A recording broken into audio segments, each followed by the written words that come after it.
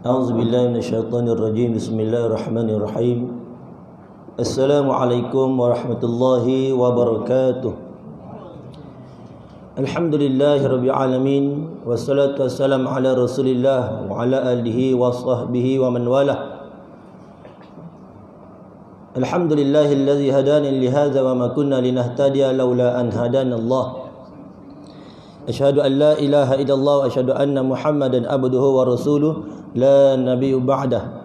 Allahumma salli wa sallim wa barik wa karim wa azim wa majid ala sayyidina wa maulana Muhammad wa ala alihi wa sahbihi haqqa qadrihi wa miqdarihi al-azim. Ya Fattahu ya Alim. Rabbi shrah li sadri wa yassir li amri wa hlul 'uqdatam min lisani yafqahu qawli. Wala haula wala quwata illa billahil aliyil azim. Qala Allah Subhanahu wa ta'ala fi Qur'anil Karim, a'udzu billahi minasyaitonir rajim. Wattaqu fitnatan la tusibanna allazina zalamu minkum khassah wa'lamu anna Allaha syadidul iqab. Sadaqallahu maulana azim. Wattaqu fitnatan la tusibanna allazi, dan jagalah diri kamu daripada berlakunya dosa yang membawa bala bencana. Wa'lamu annallaha syadidul iqab, yang bukan sahaja akan menimpa orang-orang yang zalim di antara kamu secara khusus, akan tapi menimpa kamu secara umum. Dan ketahuilah bahwasanya Allah Ta'ala lah Maha berkuasa. Qala Nabi sallallahu alaihi wasallam, "Iza zahara su'u fi ardi anzalallahu bi ahlihi ardi ba'sah." Qalat wa fihim ahlut ta'ah ta'allah. Qala na'am summa yasiruna ila rahmallah. Atau kama qala. Kata Allah Subhanahu wa taala, jagalah diri kamu daripada berlakunya, yakni melakukan kemaksiatan. Kenapa? Kerana sesuatu yang zalim, sesuatu yang berlaku berupakan maksiat, maka Allah Taala tidak akan menimpa kepada orang yang si pelaku maksiat sahaja. Akan tapi Allah Taala menyebut dalam ayat ini adalah Allah Ta'ala akan menimpakan azab keseluruhan. Bahkan dikatakan oleh Nabi SAW yang diriwayatkan oleh Siti Aisyah. Siti Aisyah mendengar iza zahra su'u fi ardi, apabila berlakunya kejahatan di atas muka bumi. Maka kata Siti Aisyah, wahai Nabi SAW, adakah hanya terkena kepada iaitu orang yang melakukan maksiat? Tidak kenakah kepada orang yang melakukan taat? Kata Nabi SAW, iaitu terkena juga kepada orang yang melakukan baik. Orang ahli surau, ahli masjid, semua akan kena. Kerana apa? Kerana iaitu berlakunya kemungkaran, berlakunya kezaliman, berlakunya maksiat, iaitu orang tidak menegur. Sedangkan Nabi SAW menyebut dah, man ra'a minkum munkara fayughayyiru biyadihi. Ini cegah kemaksiatan menggunakan tangan, menggunakan lidah, menggunakan kuasa. Ini. Jadi yang saya hormati tuan pengurusi surau, seluruh AJK surau, ibu-ibu dan ayah-ayah yang dirahmati oleh Allah Subhanahu wa taala. Baik. Jadi insya-Allah saya sambung kitab Ustaz Syakir. Itu berkenaan dengan apa? Daripada kitab ada tanda?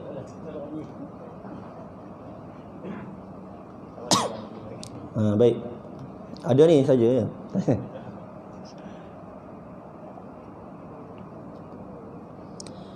Baik, kita sambung, iaitu dengan rukun Islam yang kedua.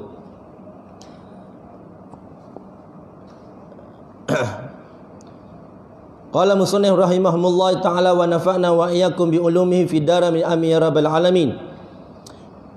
Keduanya mendirikan sembahyang yang 5. Ini masih lagi dalam rukun Islam. Yang pertama adalah mengucap 2 kalimah syahadah.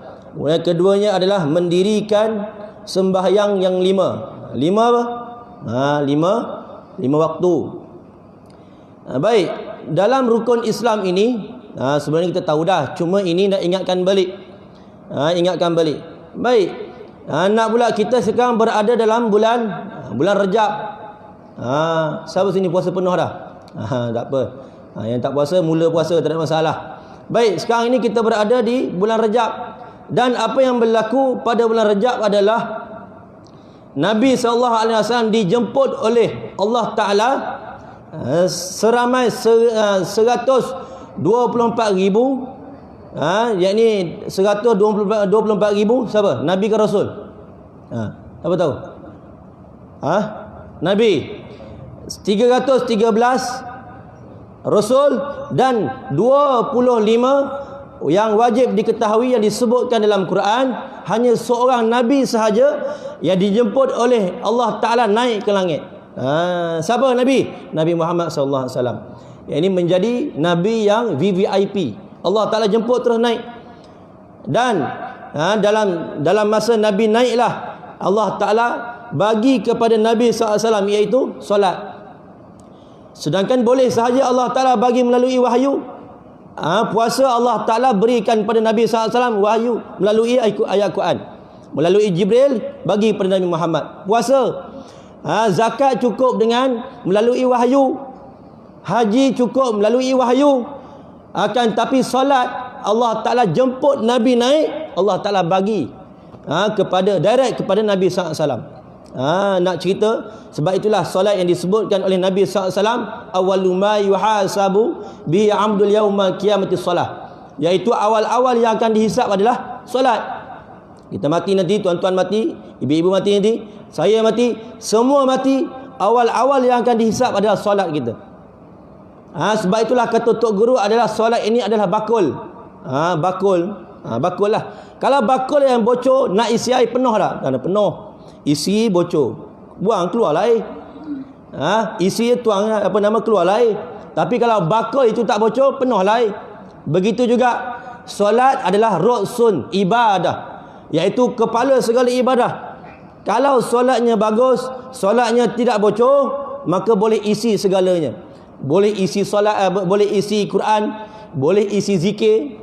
Tapi kalau solat pun bocor, maka nak isi ibadah yang lain Allah Ta'ala tak terima. Sebab apa? Sebab kepala segala ibadah pun dah rosak, maka amalan lain semuanya tidak diterima oleh Allah Subhanahu Wa Ta'ala. Jadi sebab itulah solat yang ini jaga elok-elok. Kita dah bagus dah. Kita baguslah jaga solat lima waktu. Yang anak kita macam mana? Anak kita kat rumah, kita tak tahu macam mana. Anak kita yang duduk di universiti, banyak ini. Allah Ta'ala soal semua. Hang dulu tak ajar anak hang berkenaan dengan solat, terkena kita. Jangan main-main. Ini sebab zaman sekarang takut nak tegur anak. Takut nak tegur. Ini anak balik daripada KL, daripada universiti, balik rumah, tengok tak pakai tudung, rambut pegang. Tegur-tegur juga, tapi tegur macam tu je lah. Minah, hang ni rambut merah dah ni. Lepas tu anak dia kata fashion mak, tak apalah ikut hang lah. Macam tu je lah. Tak ada pun rasa nak marah, nak kejar dia, ketuk dia, tak ada. Ini. Jadi sebab apa? Punca mak ayah tak nak tegur. Kerana apa? Kerana bulan-bulan masuk. Bulan-bulan masuk 300. Kalau tegur nanti, mak tegur tak masuk dah bulan-bulan. Ini. Betul tak? Gelak tu dia. Melawak saja. Ini. Sebab apa? Sebab bulan-bulan masuk, kita lebihkan dunia. Kata Tok Guru, kenapa anak kita yang makin lama dia besar, makin lawan kita, tak dengar cakap kita. Sebab boleh jadi masa dia kecil dulu, kita hanya ingatkan pada anak kita ini tentang dunia saja. Kan anak kita nak pergi sekolah kan, pesan kat dia, Mat, Minah, pergi sekolah nanti kerja belajar rajin-rajin. Nanti bila belajar rajin-rajin boleh dapat kerja bagus, dapat gaji besar, dapat rumah besar, dapat bini besar. Semua dunia je. Ada tak mak kita pesan? Mat, hang pergi sekolah jangan lawan guru, takut ke Allah Ta'ala. Mana ada. Ini semua pesan kat dunia saja. Sebab itulah jangan pelik kalau anak kita besar nanti lawan kita, jangan pelik. Sebab apa? Sebab kitalah didik anak kita membesarkan dunia. Ini. Jadi senang je. Kita nak jaga kehidupan kita, kata Tok Guru, jaga solat. Kalau solat kita bagus, maka kehidupan kita semua bagus. Tapi kalau solat kita pun kelang kabut, maka kehidupan kita pun semua kelang kabut. Itu je. Tak payah pergi cek, tak payah pergi hospital cek, tak payah pergi cek motivasi, tak payah. Cukup tengok solat dia je. Kalau solatnya kelang kabut, maka semua kehidupannya akan kelang kabut. Tapi kalau solatnya bagus, solatnya tertib, ada tumaninahnya, maka kehidupannya insya-Allah iaitu berlalu dalam keadaan baik. Itu je. Ini. Sekarang kita kelang kabut nak solat. Macam-macam kerja nak tengok ni tengok tu. Tambah pula yang 2-3 minggu lepas. Minggu lepas lah. Berkenaan nak lantik siapa PM ni. Ini kelang kabut solat nak tengok berita. Ini sujud tak kena lantai, kelang kabut. Sebab apa? Nak tengok siapa yang di PM. Kelang kabut. Ini punca. Tapi kalau solatnya kelang kabut, maka kehidupannya akan kelang kabut juga. Itu aja. Tapi kalau solatnya bagus, maka kehidupannya akan bagus juga. Itu aja. Tak payah pergi cek kata, tak payah pergi jumpa tok guru. Ini cukup dengan solat saja. Sebab itulah rukun kedua dia kata apa? Mendirikan sembahyang 5 waktu. Ini. Sedangkan ini zaman sekarang ni ada yang kes baru. Dia kata apa? Ajaran sesat. Dia kata, hang tak payah solat lah. Kalau hang kenal Allah Ta'ala, hang tak payah solat dah. Pernah dengar nama dia? Pernah dengar? Lepat. Kenal lepat? Lepat yang rambut dia macam Maggie tu. Orang Penang. Dia kata apa? Hang nak solat kenapa? Allah dah ada dalam diri dah ni. Ini ajaran sesat. Nabi dijemput oleh Allah Ta'ala, berhadapan dengan Allah Ta'ala, tetap solat sampai bengkak kaki. Kita tak pernah jumpa Allah Ta'ala pun, Allah Ta'ala tak jemput. Tiba-tiba belajar. Dia kata apa? Tak payah solat lah. Ini sebab apa? Sebab Allah dah ada dalam diri ni. Ini. Itu namanya gila isim. Nampak? Sebab apa? Sehingga kan dia kata solat tak payah dah. Sebab Allah ada dalam diri ni. Niat aja. Ini jangan main tu ajaran sesat. Kata apa nama tu? Kata ulama besar. Dia kata apa? Kata Sultanul Aulia Syekh Abdul Qadir Al-Jailani, dia kata apa? Kulul haqiqah la tashhad laha syari'atu fahiya zindik. Dia kata setiap yang hakikat itu adalah disaksikan bagi dengan syariat, maka ia adalah zindik. Kalau dia kata cerita makrifat, kemudian dia tinggal syariat. Contoh apa? Dia kata dia kenal Allah Ta'ala, tengok-tengok dia tinggal solat, maka kata Syekh Abdul Qadir dia adalah zindik. Ibu-ibu ayah-ayah tahu tak zindik apa? Zindik maknanya luar nampak Islam, dalaman kafir. Itu zindik. Dia kata ni kenal Allah Ta'ala, belajar ni, kenal Allah Ta'ala, tengok-tengok isteri dia tak tutup aurat, maka itu adalah zindik. Dia cerita bab makrifat, ini gini, tengok dia tak solat, maka itu adalah zindik. Jangan main-main. Zindik nampak luar Islam tapi dalam kafir. Ini sembang bab makrifat, tengok macam mana. Rupa-rupanya dia telah kafir pada Allah Ta'ala. Jangan buat main. Sedangkan Nabi pun solat. Ini kita bukan Nabi, YB pun bukan. Tengok tak solat dah. Ini. Jadi sebab itulah solat jaga elok-elok. Kemudian disebut dalam kitab, dia kata apa? Hukuman bagi orang yang meninggalkan solat. Apa hukuman dia?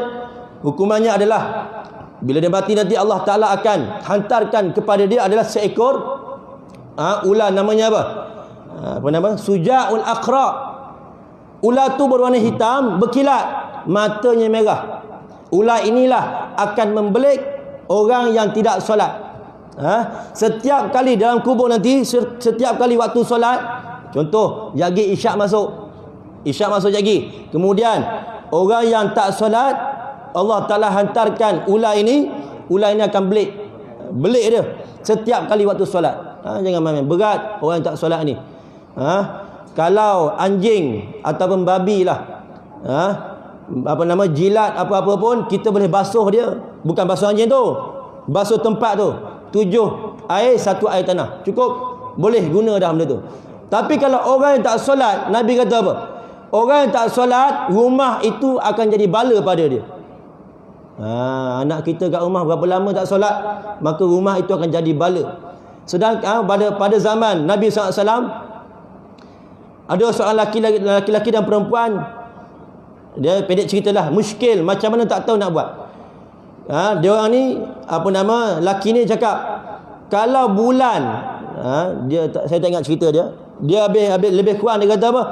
Kalau bulan malam ini lebih cantik daripada engkau, isteri dia, maka jatuh talak. Tengok memang bulan tu cantik betul. Kemudian laki ni dengan perempuan ini pergi rumah Nabi. Tanya Nabi, macam mana ya Rasulullah? Silap minta maaf. Laki dan perempuan tu kata apa? Dia cerita pasal beranak. Kalau aku dapat anak, maka dia nazar, dia akan minum air kencing Nabi, air kencing anjing, silap. Air kencing anjing. Kemudian tengok-tengok Allah Ta'ala bagi anak pada dia. Kemudian dia orang pening, macam mana nak buat? Hang nak minum? Abang yang cakap, abang nak minum. Pening, tak tahu nak buat macam mana. Pergi rumah Nabi. Tanya Nabi SAW, wahai Nabi, macam mana nak buat ni? Okey macam ni, tak payah pergi cari anjing. Hang pergi je rumah orang yang tak solat. Hang pergi hujung rumah sana, orang yang tak solat, tunggu hujan, tak ada air. Bila air turun daripada atap tu jatuh dalam benjana, engkau minum. Maknanya Nabi cakap apa? Orang yang tak solat ini lebih teruk daripada anjing. Jangan main-main. Berat solat ni. Sebab apa? Sebab Nabi ni nak terima solat dengan daripada Allah Ta'ala cukup susah. Nabi naik ke langit. Ini cerita Isra Mi'raj. Ini kita nak dekat dah. Isra Mi'raj. Ini kena ni lah, kena jaga elok. Tambah-tambah anak kita yang duduk jauh-jauh, kita tanya dia. Dia tak tahu macam mana. Kok dia ikut lepas nanya. Ini bahaya. Itu akidah sesat tu. Dia pakai gelang. Banyak pakai gelang. Orang komen dia, kenapa hang pakai gelang? Tu dia lah hang tak mengaji, dia kata. Tu dia malah dia. Tu dia lah hang tak mengaji. Ni yang hampa semua pakai tali pinggang, pakai jubah semua ni, ada tak getah ni? Sama lah macam aku. Dia main macam tu pula. Itulah orang panggil apa? Zindik. Nampak macam Islam, padahal dia telah kafir. Jaga bahaya. Nauzubillah lah kita. Anak-anak kita tanya elok. Baik. Itu rukun yang kedua. Mendiri akan sembahyang 5 waktu. Ini jaga elok sembahyang ni. Sebab apa? Sebab awal-awal yang akan dihisap bukannya amalan-amalan yang lain. Solatlah yang pertama sekali yang akan ditanya oleh Allah Ta'ala. Kalau solatnya dah kucak-kacir, maka tak boleh jawab di hadapan Allah Subhanahu Wa Ta'ala. Kalau kita boleh balik tak apa. Allah tanya solat mula-mula, malaikat tanya, macam mana solat kamu? Tengok tak cukup, minta maaf aku nak balik ijab. Tak apa, tak ada masalah, saya pun nak. Tapi masalahnya tak boleh patah balik. Allah sebut dalam Quran, kita minta pada Allah Ta'ala, ya Allah, kembalikan aku ke atas muka bumi. Untuk apa? Untuk melakukan amal soleh. Walaupun kamu menangis air mata darah sekalipun, kamu takkan balik. Sebab apa? Sebab kamu sampai di alam yang tidak akan boleh patah balik. Jadi kita tambahkan amal elok. Sebab amalan yang paling Allah Ta'ala suka adalah solat. Solatlah Allah Ta'ala paling suka sekali. Amalan solat. Jadi solatlah, solat sunat ni, solat sunat tu tak ada masalah. Sebab Nabi nak terima solat ni susah, payah. Sehingga kan Nabi naik. Cerita Isra Mi'raj ni, Nabi naik ke, Allah Ta'ala jemput Nabi ni. Tuan-tuan tahu tak? Ibu dan ayah-ayah, Nabi naik ke langit. Nak cerita Nabi naik ke langit, dicerita dalam kitab tempat tidur Nabi tu tak hilang lagi panah dia. Kemudian Nabi dah balik dah.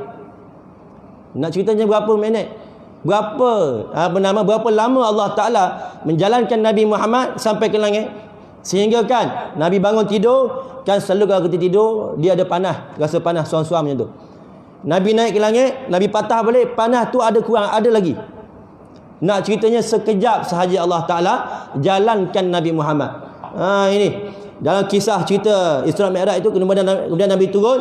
Kemudian ada dua golongan yang berlaku pada waktu itu. Golongan yang dah Islam, kemudian dia keluar balik, tak percaya dengan Nabi. Kemudian golongan yang makin kuat dengan Nabi SAW. Kemudian geng-geng Abu Jahal nak nak meruntuhkan iman Sayyidina Abu Bakar As-Siddiq. Kemudian geng-geng Abu Jahal ni cerita dekat Sayyidina Abu Bakar, "Wahai Abu Bakar, hang percayakan Nabi ni pergi naik ke langit tak sampai sejam." Kemudian kata Sayyidina Abu Bakar, dia kata apa? "Kalau cerita ini lebih daripada ini pun aku akan percaya kepada Nabi Muhammad." Sebab apa? Sebab itulah digelar kepada Sayyidina Abu Bakar adalah Siddiq. Ini orang yang membenarkan apa sahaja yang Nabi buat, iaitu sahabat yang bernama Abu Bakar, dia membenarkan apa sahaja. Kita kalau nak ikut logik akal, kita tak boleh. Benda yang Allah Ta'ala keluarkan hukum, kita tak boleh nak fikir dengan akal. Antaranya apa? Ambil kalau kita kentut, buat apa? Ambil uduk semula, sapu muka, sapu tangan, sapu kepala, sapu telinga, sapu kaki. Sedangkan yang kentut siapa? Yang kentut apa? Punggung. Bontot kita kentut. Kalau kita fikir logik akal, pergilah sapu punggung, selakkan dekat sapu punggung. Sebab apa? Yang buat kerja punggung. Tapi kenapa Allah Ta'ala suruh ambil wuduk, sapu muka? Sebab itu adalah perintah daripada Allah Ta'ala. Kita tak boleh, akal kita tak boleh fikir apa yang hukum daripada Allah Ta'ala. Tak boleh. Ini kita terima sahaja. Akal kita adalah sangat-sangatlah cetek. Sedangkan akal kita ini, kata ulama, diperbuatkan untuk memikirkan kejadian Allah Ta'ala.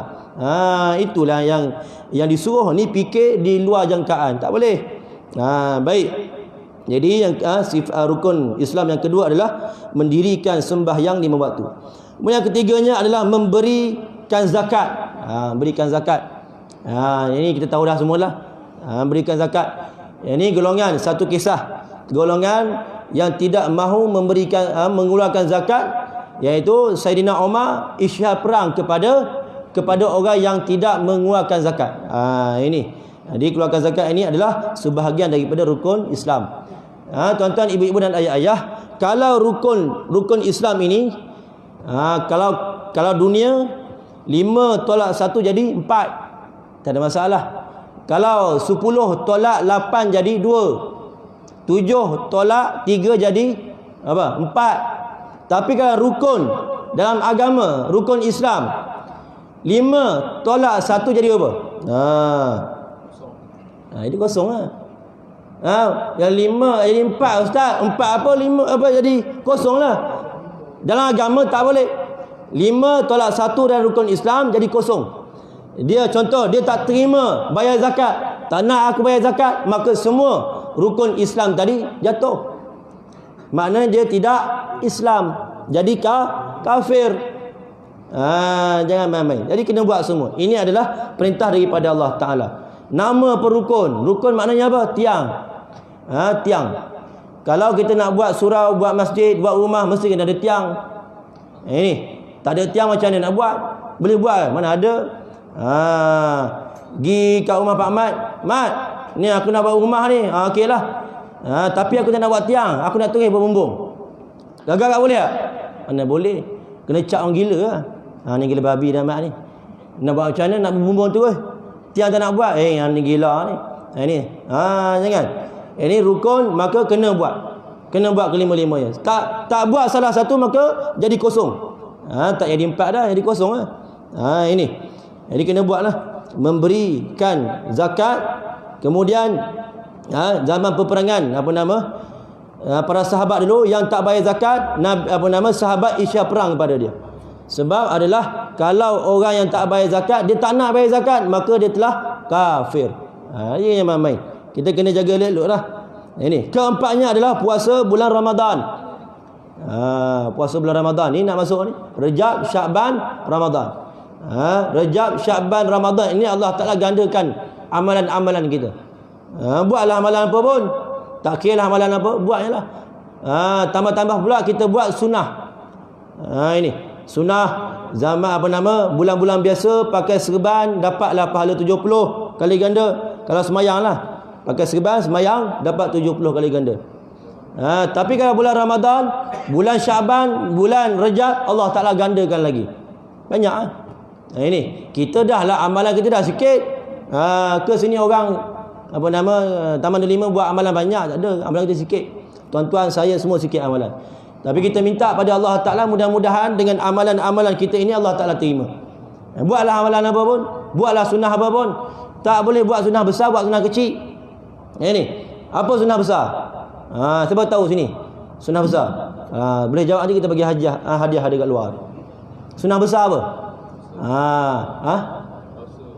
Tak.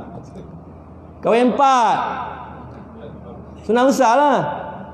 Tak boleh buat sunnah besar, buat sunnah kecil. Sunnah kecil bagi salam ke orang, cukup. Sunnah kecil tu. Sunnah besar tak boleh buat. Ini kahwin 4 mana boleh, payah. Kita nampak garang tapi susah, payah tu. Ini tak boleh buat sunnah besar, buat sunnah kecil, bagi salam ke orang, bagi minyak wangi ke orang. Ini itu sunnah kecil, tak ada masalah, buatnya lah. Dah tahu kita ni amalan sikit, buatlah. Kita kalau ada kedai, ada bisnes, dah tentulah kita nak meningkatkan lagi kita punya bisnes. Tingkatkan lagi, dia buat marketing ni, dia buat promosi ni, buat gini. Dia viralkan kat Facebook semua tu, nak meningkatkan bisnes. Tapi kenapa dalam bab amalan-amalan kita tidak meningkatkan kita punya amalan kita? Fikirlah. Ini, dalam bab dunia upgrade.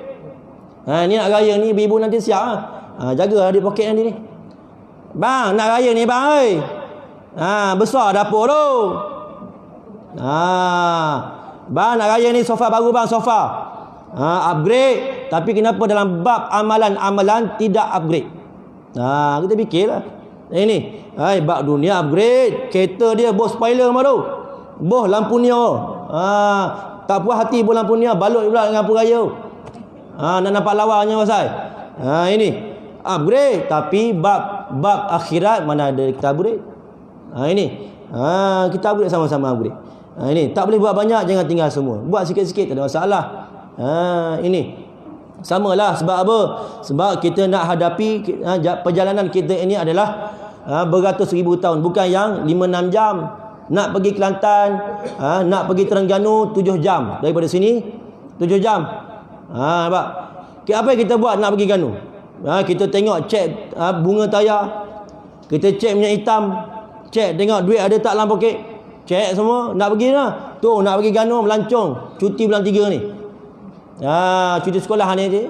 Nanti mak ajaklah pergi ayah ni pergi jalan tu. Pergilah, dia cek punya tayar dia cek punya kereta dia cantik-cantik, cek. Buat persiapan nak pergi jauh 7 jam. Tapi kenapa kita tidak membuat persiapan yang kita nak hadapi beratus ribu tahun? Tidak ada persiapan yang kita nak hadapi tu. Jadi sama-samalah kita muhasabah. Kita ni lebihkan dunia ke lebihkan akhirat? Ini kita ni kalau lebihkan dunia habis lah. Contohlah nanti ada orang datang rumah kita, ibu-ibu, ayah-ayah datang rumah kita nak minang anak kita. Datang bawa kereta sebiji. Naik kereta Viva. Naik bawa kita tengok siapa tu. Ni saya datang nak minang anak makcik ni. Naik. Hidang air kat dia. Tanya dia, awak ni kerja apa? Saya ni kerja pegawai bank je cik. Pegawai bank. Okey dah tu. Dalam hati makcik tu, sedap ni pegawai bank. Dalam hati tak apa lah. Okey, tak apa, nanti kita bagi jawapan. Datang pula seorang lagi, esok datang seorang lagi, naik motor kad bulat, exhaust ikat dengan dawai, datang sandar kat rumah kita tu, sandar. Tengok siapa pula nak minta sedekah ni, pakai serban sengit tu, datang kan pelekat pun sengit sebelah, naik atas rumah. Naik. Awak nak apa ni? Saya nak minang anak makcik. Awak kerja apa? Saya kerja bilal je. Gaji macam mana gaji? Gaji kadang-kadang kalau ada orang bagilah, kalau tak ada bagi kat pelekat. Malam-malam kat belakang tu, dan juga ayah-ayah agak-agak nak ambil yang mana? Yang pegawai bank ke nak ambil yang yang ngaji pondok ni, Tok Bilal. Yang bohong dalam surau ni. Baru ni ada orang bohong, insiden. Hebat. Kita ambil yang bank lah. Sebab apa? Sebab dunia. Hati kita penuh dunia. Sudah tentulah kita pilih yang pegawai bank. Sedangkan orang muazzin Tok Bilal ini, Allah Ta'ala janji, Nabi Muhammad janji, Nabi Muhammad bagi jaminan kepada Tok Bilal tukang azan, namanya muazzin. Apa jaminan dia? Orang yang azan ini, orang yang pernah mendengar azan dia ini akan menjadi saksi apabila sampai di akhirat nanti. Saksi macam mana? Tengok-tengok amalan disikir. Kemudian orang yang pernah dengar azan dia ni, orang-orang ini akan cakap apa? Ya Allah, orang pernah dengar azan dia 10,000 itulah akan menjadi saksi kepada orang yang azan ini. Ini itu jaminan daripada Nabi Muhammad SAW. Tapi kita tak nampak. Kita nampak yang dunia, nampak pegawai bank. Ini sebab apa? Sebab dalam hati ni, dalam hati kita ni penuh dengan dunia. Ini kita sekarang nampak macam zuhud sebab apa? Nampak macam zuhud dia ni. Zuhud ni bukan zuhud tak ada duit. Kalau dia ada duit, silap-silap dia buat rumah besar, dia buat dia beli kereta besar, ada duit. Kalau tak ada duit, nampak macam zuhud. Ini payah nak zuhud ni. Ini payah. Jadi sama-samalah kita buat. Kita buat sama-sama. Ini. Jadi ingat, kita tingkatkan kita punya amalan. Di bulan Rejab, di bulan Syaban, kemudian kemuncaknya di bulan Ramadan. Itulah bulan-bulan yang Allah Ta'ala gandakan amalan-amalan. Amalan apa pun buat, tak ada masalah. Baca Quran, duduk saja tu zikir lah. Duduk saja kat rumah, tunggu tengok tak ada siapa. Tengok laki aku tengok tengok aku. Jemu tengok nampak, zikir lah, zikir pada Allah Ta'ala, zikir. Sebut bismillah cukup. Sedangkan Nabi SAW kata apa? Satu saja huruf sebut, Allah Ta'ala bagi 10 pahala. Satu huruf. Bismillah ada berapa huruf? 19 huruf. Satu huruf 10 pahala, 19 huruf jadi 190 pahala Allah Ta'ala bagi. Duk saja sebut bismillah cukup, 190 pahala dah masuk. Ini. Tapi kita tak tahu, tak dapat lah. Ini. Sebutlah apa-apa tak apa, zikirlah apa-apa pun. Janji kita dapat tingkatkan amalan-amalan kita. Ini. Amalan apa pun tak ada masalah, buat aja. Jadi yang keempatnya adalah puasa bulan Ramadan. Ini nak masuk bulan Ramadan ni. Jadi iaitu puasa di bulan Ramadan. Sebab itulah kami kat pondok buat amalan-amalan tok guru. Dia buat apa? Puasa di bulan Rejab, bulan Syaban, kemudian kemuncaknya di bulan Ramadan. Ini latih diri supaya sampai bulan Ramadan nanti tak rasa letih dah puasa. Biasa je. Siap boleh main badminton lagi, main badminton. Sebab apa? Hilang letih dah. Sebab dulu dah praktik dah. Macam orang main lari lah, lumba lari. Kalau orang main lumba lari, nampak mesti ada training. Kalau tak ada training, tiba-tiba lari. Lari tengok sampai tengah-tengah jalan letih. Sebab apa? Sebab tak ada training. Tapi cuba ada training tengok. Ada training tengok nampak sampai hari lumba lari tu, tengok dia di depan steady lari. Nampak? Sebab apa? Dah praktik. Ini. Buatlah amalan. Tak kira amalan apa pun buat. Kita ni payah, susah amalan sikit kita ni. Nak hadap dengan Allah Ta'ala. Sebab itulah Allah Ta'ala sebut yauma la yanfa'u malun wala banun illa man atallaha biqalbin salim. Iaitu hari yang tidak berguna harta benda anak pinak kamu, tak guna dah. Anak kita yang ada sekarang ni tak guna dah. 19 orang, 13 orang tak ada guna. Melainkan yang Nabi sebut, iaitu anak yang soleh, itu je. Anak kita, kemudian harta benda tak guna dah. Harta kita yang dalam bank 200,000 tak guna dah. Ini yang maklum-maklum kat belakang tu simpan emas bekas, tak ada guna dah. Melainkan ini qalbun salim, hati yang sejahtera saja. Itu saja yang Allah Ta'ala terima. Apa? Iaitu amalan-amalan kita. Ingat Nabi sebut, kalau kita sampai dalam kubur nanti, yang hanya teman kita kat kubur siapa? Amalan kita. Anak kita balik, pak saudara kita balik, isteri kita balik. Yang ada apa? Kita dengan amalan saja. Tapi kalau amalan banyak, okey lah. Amalan tak ada, habis lah. Ini. Jadi kita buat banyak amalan-amalan. Tak kira amalan apa membuat saja. Ini. Kalau kita zuhud, maka kita buat segala-galanya dalam keadaan baik. Ini. Nak zuhud ni bukannya payah jugalah nak zuhud ni. Tapi kita cuba buat. Macam mana nak zuhud ni? Makna zuhud bukannya buang dunia. Ramai orang faham makna zuhud ini buang dunia. Tak. Bukan buang dunia. Makna zuhud, orang cakap apa? Makna zuhud, yang ni pakai selekeh. Itu bukan zuhud. Itu tidak bersih. Makna zuhud orang kata apa? yang ini pakai pakaian lusuh. Itu bukan. Makna zuhud adalah iaitu tidak ada dunia dalam hati. Itu makna zuhud. Macam mana tidak ada dunia? Walaupun dia orang kaya, hati dia mudah nak bagi ke orang, mudah nak sedekah dekat orang. Ini tak rasa nak seronok dengan dunia ni. Kami ada di Kuala Kangsar seorang dulu. Masjid di pondok kami tu, tok guru iaitu daripada orang Kuala Kangsar. Tak ingat nama dia apa orang panggil. Dia datuk, dia peringkat datuk. Orang kaya lah datuk, tapi dia rumah dia biasa je. Rumah dia biasa, pakai kereta Mercedes lama je. Rupa-rupanya bukan masjid di pondok kami je, dia buat banyak lagi masjid. Dekat 6-7 masjid dia bagi sumbang buat masjid. Ini orangnya biasa je, pakai macam kita je, orang biasa, tak belagak apa pun. Itulah orang zuhud. Tidak ada senang bagi dekat orang. Itu makna zuhud. Bukan makna zuhud jalan tunduk, tu bukan zuhud. Ini orang ingat makna zuhud jalan tunduk, itu bukan zuhud. Ini pakaian selekeh, itu bukan zuhud.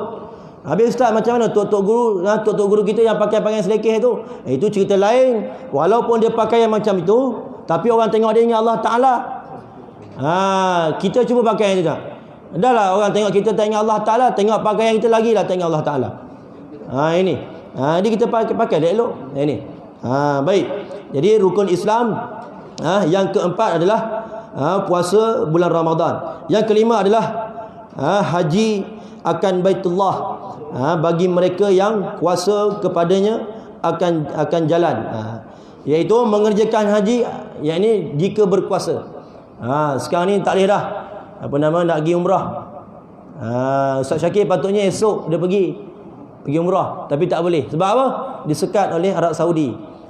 Puncanya apa? Coronavirus punca. Ini Indon tak ingat dah berapa ratus ribu orang pergi, lepas tu Arab Saudi suruh patah balik. Lain tau. Ini pun disebut bala oleh Allah Ta'ala, sehingga kan kita tak boleh pergi umrah. Ini bala lah. Nampak macam biasa, bala. Kita nampak bala ni accident, itu bala juga. Kita nampak bala ini rumah terbakar, bala juga. Kita nampak banjir, bala juga. Sedangkan ini pun bala juga. Tak boleh pergi buat umrah, bala juga daripada Allah Ta'ala. Bala. Tak ingat hari tu seorang rakyat Malaysia pergi ke pergi umrah. Perempuan laki-laki yang mengubah jantina dia, sehingga kan dia kata apa? Kalau saya memainkan agama, sudah tentu Allah Ta'ala bagi azab kat saya. Saya tak kena pun. Dia cakap belagak. Bila dia cakap belagak macam tu, Allah Ta'ala turun bala. Bala apa? Inilah bala.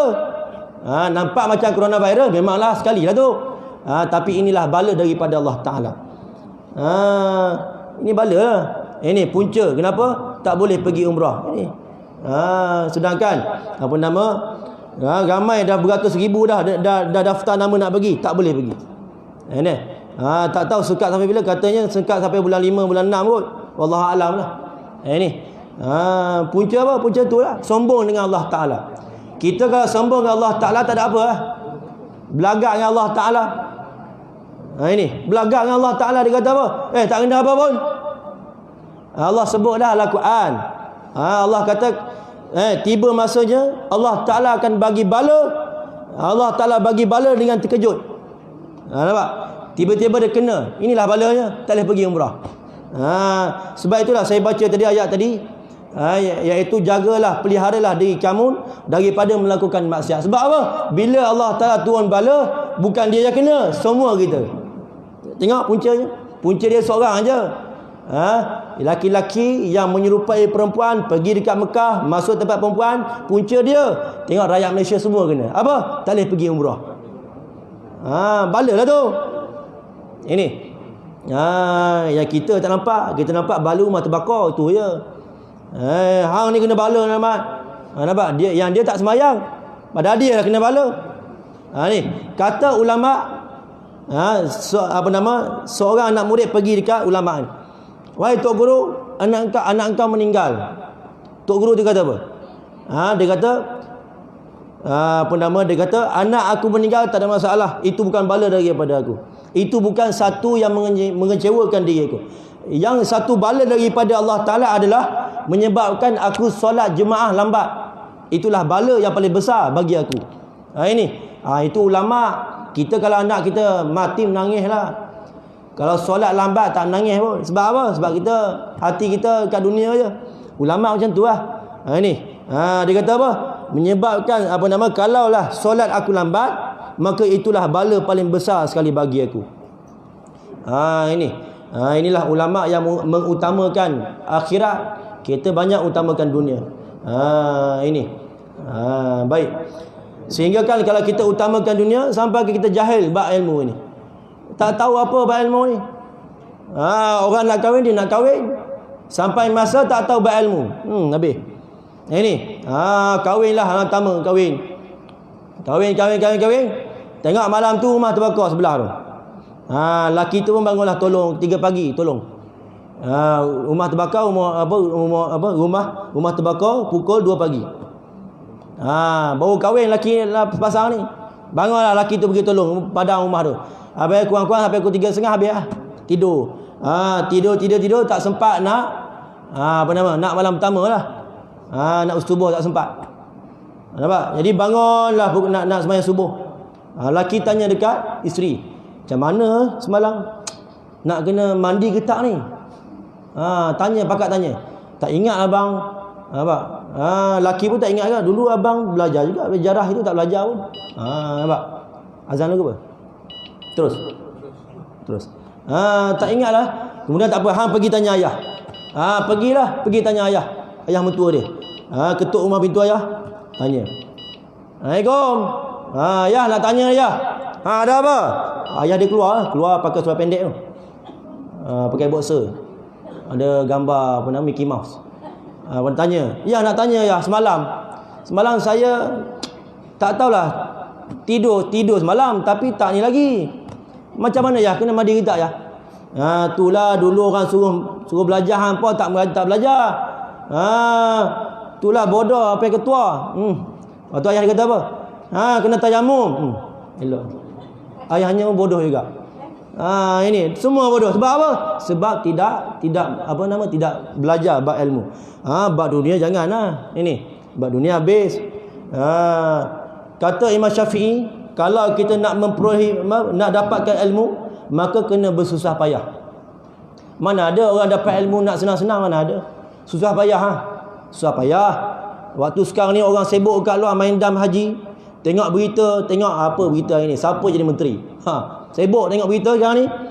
Kita sibuk dekat surau masjid, dengar kuliah, dengar sembahyang Jumaat. Sembahyang Jumaat. Ini susah tapi susah-susah pun maka sampailah akhirat nanti Allah Taala bagi syurga. Kata ulama, kalau dia susah dekat dunia, maka Allah akan senang dia di akhirat. Tapi kalau dia senang dekat dunia, Allah Taala susah dia di akhirat. Nak syurga ni susah, bukan senang. Kalau syurga ni senang, semua dapatlah. Syurga ni payah. Kena mujahadah, kena korban.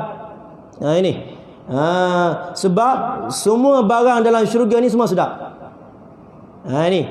Makcik-makcik kat belakang tu, ibu-ibu belakang tu umur 60 tahun. Ada umur 70 tahun. Sampai ke akhirat nanti, dalam syurga nanti, makcik-makcik belakang tu akan jadi berubah. Allah Ta'ala akan ubahkan jadi umur 17 tahun. Kita pula yang pakcik-pakcik sekarang ni, yang veteran ni, Allah Ta'ala akan ubah jadi umur 30-an. Seronok seronok kahwin tu. Seronok lah umur 30 tahun dapat umur 17, seronok ini. Tapi kalau dekat syurga umur 17, umur 30 tahun, seronok dekat dunia seronok juga, tapi seronok time muda je lah. Masa time muda awak bulan-bulan malam pertama tu tengok laki tu kata, yang orang baru kahwin kena adab muka, kena belaga hidung baru seronok tidur. Yang perempuan tu pun adablah hidung, belaga hidung, seronok itu awak kahwin. Lepas kahwin anak 5, tengok macam mana. Yang isterinya aja, bang, adablah muka bang. Laki tu kata apa? Tak nak, hati kamu hijau.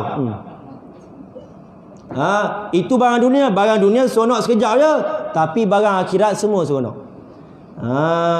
Ini Semua seronok barang syurga. Seronok pun nak dapat susah ha. Kena banyak korban. Sebab itulah para sahabat rela korbankan nyawa dia untuk Islam. Sebab apa? Sebab nak dapat syurga. Sayyidina Ali diperintahkan oleh Nabi SAW, wahai Ali, engkau tidur tempat aku. Kerana ada orang nak datang bunuh aku. Agak-agaklah kalau kita lah, orang muda ni, ayah kita perintah, hang, tidur tempat ni. Malam ni ada orang datang bunuh aku. Agak-agak datang, nak tidur. Ayah aku gila ni. Kita duduk je tapi lari ya baru. Tapi Sayyidina Ali, kerana dia taat pada Allah Ta'ala, taat pada Nabi SAW, kemudian dia tidur juga. Kemudian dia mati, Allah Ta'ala bagi syurga pada dia. Ini susah dengan Sayyidina Ja'far At-Tayyar. Kenal Sayyidina Ja'far? Sayyidina Ja'far dia terbunuh dalam peperangan, terputus kedua-dua belah tangan ni, putus. Kemudian dia pegang bendera Nabi dengan bahu dia, dikepit kat dada dia. Tangan dia putus dua ni. Kemudian dia ditusuk, dipotong kepala dia. Kemudian disebut dalam riwayat dalam Sahih Bukhari, ada 90 tusukan di belakang dia. Di depan silap, depan. 90 tusukan pedang.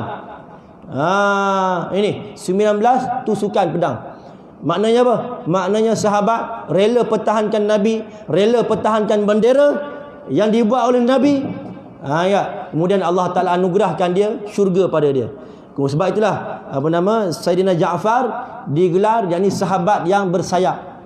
Sebab apa? Sebab masa dia peperangan itu terputus kedua tangan, kemudian Allah Ta'ala bagi dia dalam syurga ada sayap pada dia. Main kat syurga guna sayap dia. Ini tapi nak dapat tu susah.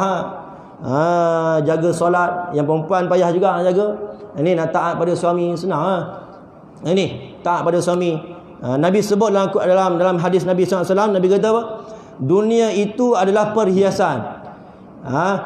Al-mar'atu solehah, iaitu perhiasan yang paling baik sekali apa? Wanita solehah. Wanita solehah ini adalah yang Nabi sebut, laki tengok je muka isteri hilang letih. Itu wanita solehah. Ustaz, macam mana? Takkan muka nak kena cantik? Bukan muka kena cantik. Wanita solehah tak semesti muka cantik. Muka cantik alhamdulillah lah. Walaupun muka tak cantik, laki tengok muka isteri dia hilang letih. Itu wanita solehah. Ini nak jadi wanita macam mana nak masuk syurga payah. Dengan laki pun lawan. Ini laki tanya je pun, makanan ada ke tak buat lagi? Tengok sendiri, dah lama dah kahwin. Tengok sendiri. Sebab tu laki kita lari dekat kedai tom yam. Ini kedai tom yam layan macam mana? Tak layan, dia layan. Abang makan apa abang? Muka putih tau. Dekat rumah muka bertapung. Dekat kedai tom yam muka putih, lepak muka. Abang makan apa abang? Tanya. Makan nasi putih satu. Tu dadah tu. Tu joko abang ikan siakat tambah. Layan baiknya dekat kedai. Dekat rumah tengok layan macam mana singa. Ini. Sebab tu lelaki kita tak lekat kat rumah. Jadi nak jadi wanita solehah, kena jagalah lelaki. Jaga elok-elok. Cakap baik-baik, layan elok-elok. Ini. Laki balik rumah aja, tunggu depan pintu rumah, tunggu. Pegang air, tunggu. Zaman zaman sahabat dulu, sahabiah dia buat macam tu. Tunggu depan pintu. Laki dia balik, sahabat balik daripada perang, perempuan isteri dia pegang air, tunggu laki dia. Itulah wanita solehah. Nak jadi solehah lagi, tunggu depan pagar. Pegang pagar tu. Abang balik. Nak jadi solehah lagi, tunggu kat filat ya. Tunggu kat filat tu, abang. Laki dia tengok, gila dah isteri aku ni. Patah balik laki tu. Ini. Jadi wanita solehah. Tu je, taat pada suami. Wanita, laki, perempuan senang. Duduk kat rumah, laki payah sikit, keluar sana sini. Nak pergi kerja. Dalam nak pergi kerja tu, tengok kat ada filat. Tengok perempuan depan. Dalam hati tak nak tengok, tak tengok. Tu tengok juga, tengok gitu. Laki payah sikit nak jaga. Perempuan duduk kat rumah ya. Jaga suami, cakap elok dengan suami, jaga Allah, taat pada Allah, taat pada Nabi, taat pada suami. Lepas tu buat amalan solat yang amalan-amalan. Itu je. Laki payah nak pergi kerja sana sini, mata melilau. Ni. Nak tanya kat sinilah. Kalau kat traffic light, kalau ada perempuan agak-agak tengok ke tak? Yang tipu ulang surau. Tak baik dah tipu ulang surau ni. Tengok. Tengok Dia cakap tuan-tuan saya pun sama. Sebab apa? Memang laki-laki memang macam tu. Tapi dah tengok minta ampun pada Allah Ta'ala. Bukan tengok itu, tak. Dah tertengok itu rezeki. Ini. Nampak? Masa buat kalau naik kereta dengan kawan, naik kereta ataupun naik motor dengan kawan. Naik motor dengan kawan, tengok perempuan bawa motor. Bawa motor. Kita bawa kereta, kawan sebelah. Tak tengok tak pandang. Bawa kereta. Sampai depan sikit tengok set mirror. Oh, tengok set mirror tu. Tengok siapa perempuan tu. Lah kena tengoklah, tak ada gigi dah. Perempuan memang pun nampak belakang memang lawa. Nampak? Betul tak? Nampak orang pakai surat shoot, pakai baju Malaysia, baju perak, menang 3-0. Nampak? Naik motor. Tengok belakang lawa, tengok depan, ya Allah. Na'udzubillah tengok muka. Nampak? Perempuan memang macam tu. Sebab itulah Nabi SAW naik ke Isra Mi'raj, Nabi nampak perempuan yang berhias, lawa, cantik. Kemudian Nabi tanya pada malaikat Jibril, siapakah itu? Kemudian malaikat jawab, itu adalah dunia. Dunia. Nabi tengok, rupa-rupanya pada waktu Nabi tengok itu, perempuan tua itu sudah bongkok 3 bongkok. 3 kali bongkok pada waktu Nabi tengok tu. Sekarang ni berapa bongkok dah? Tak tahu berapa bongkok, tak tahulah. Ini. Sebab itulah kita di akhir zaman dah. Islam nak menang dah. Nampak? Nak perang dah, Turki nak perang dah. Wallahu a'lam lah. Ini kita akhir zaman. Sebab itulah baru-baru ni orang 5-6 tahun lepas lah, tanda-tanda akhir zaman adalah munculnya Imam Mahdi. Itu yang paling besar sekali lah, muncul Imam Mahdi. Ada pula orang mengaku di Indonesia, perempuan yang mengaku Imam Mahdi. Perempuan, nama pun imam, mestilah laki, takkan perempuan. Nama pun imam, ini perempuan mengaku Imam Mahdi. Kemudian kat Malaysia pun ada 2-3 orang agak mengaku Imam Mahdi. Nak mengaku Imam Mahdi, muka macam sepoket lori. Nampak? Nak mengaku Imam Mahdi. Sedangkan Imam Mahdi ini adalah mukanya mirip seperti Nabi Muhammad SAW. Lawa lah. Ini. Kemudian yang paling penting sekali, keturunan Imam Mahdi berasal daripada belah Arab. Belah sana lah. Ini mengaku Imam Mahdi, muka ya Allah, hidung besar sebelah, mengaku Imam Mahdi. Ini. Jadi tengok, nak mengaku Imam Mahdi, tengok dulu hadis, belajar dulu hadis. Baru mengaku Imam Mahdi. Ini kita dah akhir zaman dah. Ini banyak-banyaklah kita buat amalan-amalan yang dapat kita bertemu dengan Allah Ta'ala. Kita tak ada apa dah. Tuan-tuan, saya, Perdana Menteri, semualah, Sultan, semua akan menghadap di hadapan Allah Ta'ala. Semua ini akan melalui satu titik, titik yang sirat nak lintas tu. Kemudian titik itu disebut oleh Nabi SAW, nipisnya adalah lebih nipis daripada rambut. Rambut di belah 7. Kemudian tajamnya lebih tajam daripada mata pedang. Agak-agak kita boleh lintas tak? Fikir dengan logik akal tak boleh. Mana boleh nak lintas titik sirat, mana boleh. Sebab apa? Tajam. Rupa-rupanya orang yang hanya boleh lintas adalah yang cukup amalan dia, yang banyak amalan dia, itulah yang boleh lintas di titik sirat. Kemudian ada beberapa jenis yang akan lintas di titik sirat. Ada yang lajunya seperti kilat burak, ada yang lajunya seperti burung, ada lajunya seperti kuda. Ada orang yang berjalan menggunakan muka dia, breakdance tu, menggunakan muka dia. Nampak? Itu orang yang tak ada amalan. Nampak? Kita tak tahu lagi. Dulu kat dunia boleh lah. Jadi menteri, orang escort. Nampak? Tepi, escort. Tapi sampai ke alam sana, tak ada dah escort. Kita sendiri je nak hadap dengan Allah Ta'ala. Dalam masa kita nak lintas titik sirat itu, bawah itu adalah api neraka. Kalau amalan kita banyak, boleh lintas. Kalau amalan tak ada, nak lintas macam mana? Ini. Jadi kita jaga elok-elok. Jadi sebab itulah rukun Islam ini pegang elok. Jangan sampai kita tinggal semua ini. Jaga elok. Anak-anak kita tengok macam mana diorang ni faham ke tak agama. Bab dunia kalau tak boleh tak apalah. Ini pentingkan bab akhirat dulu. Jangan pentingkan bab dunia. Kata Tok Guru, akhir zaman ni kita tak payah dah nak fikir anak kita nak kerja pun, tak payah dah. Anak kita ni kerja tak kerja, Allah Ta'ala bagi juga rezeki pada dia, jangan takut. Ini jangan fikir dah anak kita ini nak kerja apa nanti, tak payah dah. Yang kita fikir apa? Akidah anak aku ini betul ke tidak? Dia kenal Allah Ta'ala ke tidak? Allah Ta'ala ke tidak lagi? Nah ini. Kalaulah tak kenal Allah Ta'ala, sampai ke alam kubur nanti tak boleh jawab. Sebab Allah Ta'ala akan tanya, malaikat akan tanya, siapakah Tuhan kamu? Tak kenal Allah Ta'ala, jawab apa? Nampak? Yang hanya kita boleh jawab apa? Allah Tuhan, Tuhan Allah, Allah Tuhan, Tuhan Allah. Dekat dunia pun tanya, macam tu juga tanya dia. Pakcik kenal tak Allah Ta'ala? Kenal. Siapa Allah? Allah Tuhan. Siapa Tuhan? Tuhan Allah. Siapa Allah? Allah Tuhan. Boleh main macam tu saja. Sampai dalam kubur pula macam tu saja boleh jawab. Kalau macam tu saja dia boleh jawab, maka ketibailah dengan malaikat. Tak boleh jawab. Ini dekat dunia tengok apa nama? Tanya dia, sayang Allah tak? Sayang. Sayang Nabi tak? Sayang. Kata sayang Allah Ta'ala, sayang Nabi, tapi perintah Allah Ta'ala tak ikut. Solat pun tak buat. Nampak? Ini. Jadi kita buat semua ini. Jangan kita tinggal. Tambah anak-anak kita. Sebab apa? Sebab kita akan disoal oleh Allah Ta'ala. Tambah kita sebagai seorang ayah, Allah Ta'ala akan tanya lah. Allah Ta'ala tanya semua. Jangan main-main. Allah semua tanya. Sehingga kan baju kita yang banyak dekat rumah pun Allah Ta'ala tanya. Allah Ta'ala tanya semua. Contoh, kalau kereta kat rumah dia ada 3 biji. Kereta sebiji itu dia pakai nak pergi Kuala Kangsar kerja, tak apa. Kereta sebiji lagi tu isteri dia pakai nak pergi Taiping, okey, tak ada masalah. Kereta sebiji lagi tu anak dia pakai nak pergi mana? Nak pergi Ipoh, ataupun nak pergi Penang kerja. Okey, Allah Ta'ala takkan tanya dah.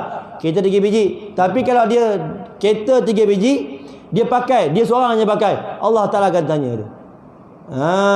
Ini Allah Ta'ala tanya semua. Sedang sampaikan kita pakai ke seorang pun Allah Ta'ala tanya. Sebab itulah kata Ustaz Ahmad Rizam, dia kata apa? Dia kata orang yang pakai kasut orang di surau di masjid, dia pergi tandah tak minta izin, namanya pencuri sekejap. Kan ada kan berlaku, ramai buat. Dia tak tahan dah, nak keluar dah. Petang tadi dia makan asam, nak keluar ni hujung-hujung dah, kelang kabut, buka pintu, handah je kasut apa? Pakai kasut Tok Imam, pergi masuk surau, pergi masuk tandah. Kemudian dia masuk surau balik, letak dia kasut itu. Nampak macam bagus, tapi rupanya jadi pencuri sekejap. Itu pun akan disoal oleh Allah Ta'ala. Saya dulu ikut Tok Guru pergi kuliah. Saya buka serban saya ni, letak kat atas motor orang. Letak Tok Guru tengok. Motor siapa tu hang tak? Motor hang. Bukan Tok Guru. Lepas tu saya ambil, tak ambil lain. Sebab apa? Tok Guru nak ajar barang orang, walaupun kita sengitkan set merah dia, akan disoal oleh Allah Ta'ala. Jangan main-main tuan-tuan, ibu-ibu dan ayah-ayah. Allah tanya semua. Sebab itulah Allah Ta'ala ini namanya apa? Mutakabbir. Maha apa nama? Allah Ta'ala itu orang yang Allah Ta'ala akan congkel satu persatu. Pendendam. Allah Ta'ala dendam. Allah Ta'ala korek satu-satu. Nampak? Kita buat apa kat dunia, Allah Ta'ala korek. Kalau manusia tak apa. Nampak? Kita dulu masa muda-muda dulu kan. Zaman apa nama? Zaman emisir dulu. Muda-muda zaman seluar kembang bawah. Rambut kembang. Zaman tu. Nampak? Laki tu nak kahwin dengan Minah A. Tengok Minah A, ayahnya tak nak dekat laki tu. Tengok ayahnya ambil orang lain. Laki tu marah. Aku jumpa laki tu aku tibai lah. Dendam, marah, dendam. Nampak? Dendam sampai umur 70 tahun, 60 tahun. Tengok laki tu bawa cucu. Masing-masing dah ada cucu dah. Laki tu bawa cucu dia pergi pasar malam, pasar beruah pergi jalan. Kemudian cucunya tanya Tok, tu bukan je awet atuk dulu. Tu bukan ke tunang atuk dulu. Tok Wan tu kata apa? Tak apalah. Tu dulu punya cerita. Dah lama dah. Dia pun dah ada laki, dah ada cucu dah. Biarlah kat dia. Itu Allah, itu kita. Kita bila dah sampai masa, hilanglah dendam tu. Tapi Allah Ta'ala ingat, Allah Ta'ala akan korek satu-satu. Allah Ta'ala takkan lupa punya. Pijak ke seorang, habis kata. Nak pergi kenduri kan, tengok rambut tu, kepak semua orang, tengok rambut tak ada pun kita itu. Allah Ta'ala akan tanya. Jadi kita jaga-jagalah, mohon ampun pada Allah Ta'ala. Ini banyakkan amalan. Kita amalan kurang, banyakkan amalan kita. Ini banyakkan amalan. Kalau kita zuhud, jadi kita hidup bagus lah. Kalau pemimpin kita zuhud, pemimpin kita takut pada Allah Ta'ala, maka rakyat pun takut pada Allah Ta'ala. Tapi kalau pemimpin pun tak takut pada Allah Ta'ala, maka kita pun, rakyat yang tak faham agama pun tak takut pada Allah Ta'ala. Ini. Jadi pentingnya, ini penting lah. Bukan tak penting, penting. Dia orang ingat politik-politik ni tak penting tak itu ada orang tanya soalan kat Ustaz Syakir, tanya dia. Apa nama? Nak berpolitik dalam WhatsApp boleh tak? Dia politik dalam WhatsApp, kemudian orang tu keluar grup. Keluar grup. Dia kata apa? Politik kotor.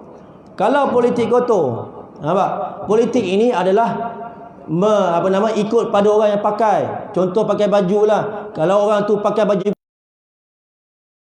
dia, tapi kalau orang itu jenis tak jaga baju dia, jenisnya kasar orang dia, kotorlah baju dia. Begitu juga. Ada pula dia kata, ustaz jangan politik dalam surah masjid, tak boleh. Ikut pada orang tu. Kalau orang itu berpolitik Islam, maka baguslah. Tapi kalau orang itu berpolitik kafir, kafirlah. Ini dia orang yang tak faham habis payah.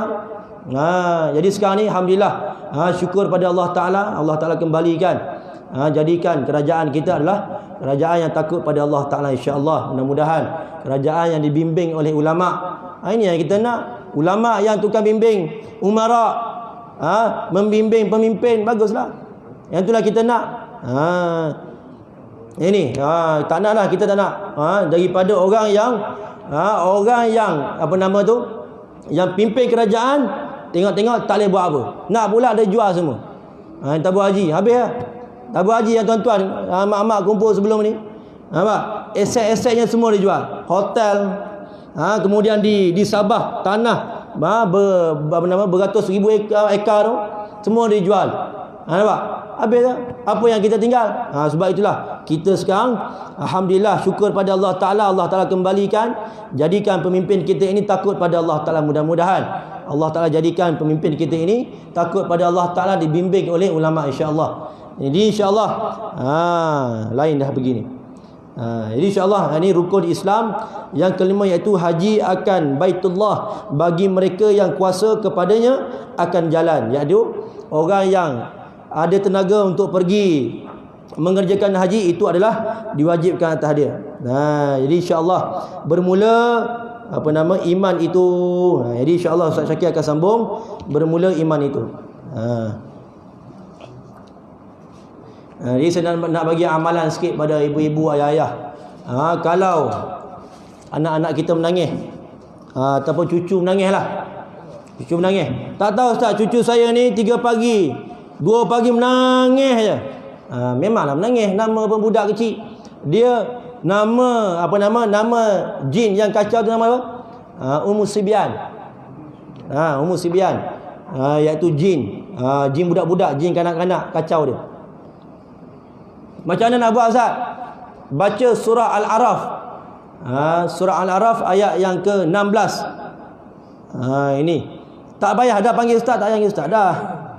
Ini baca je surah Al-A'raf ayat ke-16, 16, 13. Ini Allah Ta'ala sebut macam mana kisah tu, baca, nanti buka Al-Quran, hafal. Ini surah Al-A'raf ayat ke-16, hafal. Anak kita menangis ke apa, baca. Baca kat dia, tiup dekat umbut-umbut, tiup kat sini, tiup lah. Menangis. Ustaz, kalau laki saya menangis macam mana ustaz? Baca juga, ketuk pada dia. Hei, tua-tua menangis dah. Ini. Baca je. Ini nak hilangkan dia punya jin-jin yang ada. Ini amalan-amalan yang ulama ajar. Baca dah, tak payah panggil ustaz dah. Ni telefon tu, ustaz. 3 pagi ustaz baru tidur. Ustaz ni, saya ni anak saya mengacau ni, ustaz datang. Dia baru tidur. Nampak? Tak payah dah panggil ustaz. Baca je surah Al-A'raf ayat ke-16. Kemudian yang kedua, nak bagi anak-anak kita ini senang. Senang dengar cakap. Senang dengar cakap. Baca surah Taha ayat 1 hingga 5. Mudah, ini biasa je. Melembutkan hati. Surah Taha ayat 1 hingga 5. Sambil masak nasi tu bacalah. Tak payah dah nyanyi dandut. Ini nyanyi dandut, pasang lagu bukan-bukan. Patutlah anak kita payah dengar cakap. Surah Taha ayat 1 hingga 5. Laki payah dengar cakap, sama juga baca je. Surah Taha ayat 1 hingga 5. Yang laki macam mana Ustaz? Isteri saya ni payah Ustaz. Anak salah letak stokin, 30 minit dia membising. Macam mana Ustaz? Baca juga, laki boleh baca juga. Bancuh air kat dia ke, masa nak tidur baca. Tiup kat mumbun, insya-Allah. Mudah-mudahan dia lembut hati. Yang isteri kita payah nak bagi kahwin yang lagi tu, bacalah insya-Allah. Cubalah. Tak balik malam ni. Jadi wallahu a'lam wa alfu minkum. Jadi insya-Allah Ustaz Syakir akan sambung bermula iman itu. Ni Ummul Sibyan. Ummul Sibyan. Ummu ibu. Ummu. Ya. Nanti baca-baca boleh bacalah. Nanti ayah-ayah kalau nak bagi isteri lembut hati kahwin seorang lagi bolehlah. Boleh cuba tengoklah. Nanti mak-mak, ibu-ibu tengok ayah duduk tengah baca kat air tu, jaga-jagalah. Halau cepat. Baca surah Al-Araf kat ayah tu. Surah lagi jin ni. Saya cek masa ayat 16. Saya cek tengok. Ya, saya cek sekejap tengok. Apa nama? Minta maaf. Surah Al-Araf ayat yang ke-13. 3. Qala fahbi minha fama yakunu laka an tatakabbara fiha fa akruj innaka minas saghirin. Ini baca hafal. Pendek je. Sebaris je. Setengah baris je. Baca. Nampak jin ke apa ke baca je ni. Baca je. Tak payah panggil ustaz dah, baca. Nak buat air penawar ke baca je. Ini. Jadi wallahu alam. Mohon maaf pada ibu-ibu dan ayah-ayah jika terkasar bahasa, terlanjur bicara, ada yang terasa di pada muka. Terima maaflah pada ibu-ibu dan ayah-ayah. Mudah-mudahan insya-Allah dengan ilmu yang bermanfaat ini kita dapat kita amalkan, sama-samalah kita beramal di akhir zaman ini, sama-samalah kita amal kerana kita nak menghadap dengan Allah Subhanahu wa taala. Jadi macam biasa kat luar sana ada barang jualan daripada pondok, jadi insya-Allah. Kemudian kat luar sana pula ada apa nama tu? Borang tahlil. Jadi ibu-ibu dan ayah-ayah yang nak tulis nama-nama arwah untuk kami baca dekat pondok setiap kali waktu asar, start daripada awal Rejab sampailah bulan puasa, kami akan baca tiap-tiap hari kepada nama-nama arwah yang ditulis dalam borang tu nanti. Jadi dia ada 7 nombor. 7 arwah lah boleh. Tapi kalau nak tambah lagi boleh tak? Boleh, tak ada masalah. Buat kat belakang tu kosong, tulis nama juga. Tambah lagi tak boleh tak? Carilah kertas mana-mana pun tulis juga. Nak banyak sangat nama arwah dia. Jangan tulis nama kita je. Nanti balik awal. Jadi Allah alam. Mohon maaf. InsyaAllah. Assalamualaikum warahmatullahi wabarakatuh. A'udzubillahi minasyaitonirrajim. Bismillahirrahmanirrahim. Alhamdulillahirabbil alamin wassalatu wassalamu ala Rasulillah wa ala alihi washabihi wa man wala. Allahumma inna nas'aluka 'ilman nafi'a wa rizqan thayyiba wa 'amalan mutaqabbala. Allahumma inna nas'aluka 'ilman nafi'a wa rizqan thayyiba wa 'amalan mutaqabbala. Allahumma inna nas'aluka 'ilman nafi'a wa rizqan thayyiba wa 'amalan mutaqabbala. Ya Allah, ya Tuhan kami, permudahkanlah urusan kami di dunia dan di akhirat ya Allah. Ya Allah, Tuhan kami, jauhkanlah diri kami ini daripada perbuatan melakukan zina ya Allah. Jauhkanlah diri kami ini daripada perbuatan meninggalkan solat ya Allah. Jauhkanlah diri kami ini daripada perbuatan mengambil hak orang ya Allah. Jauhkanlah ahli keluarga kami, anak kami daripada perbuatan meninggalkan solat ya Allah. Jauhkanlah keluarga kami, anak kami daripada perbuatan melakukan zina ya Allah. Rabbana atina fid dunya hasanah wa fil akhirati hasanah wa qina azabannar. Wa sallallahu ala sayyidina Muhammad wa ala alihi washabbihi wasallam. Walhamdulillahi rabbil alamin. Taqabbalallahu minkum. Takbir.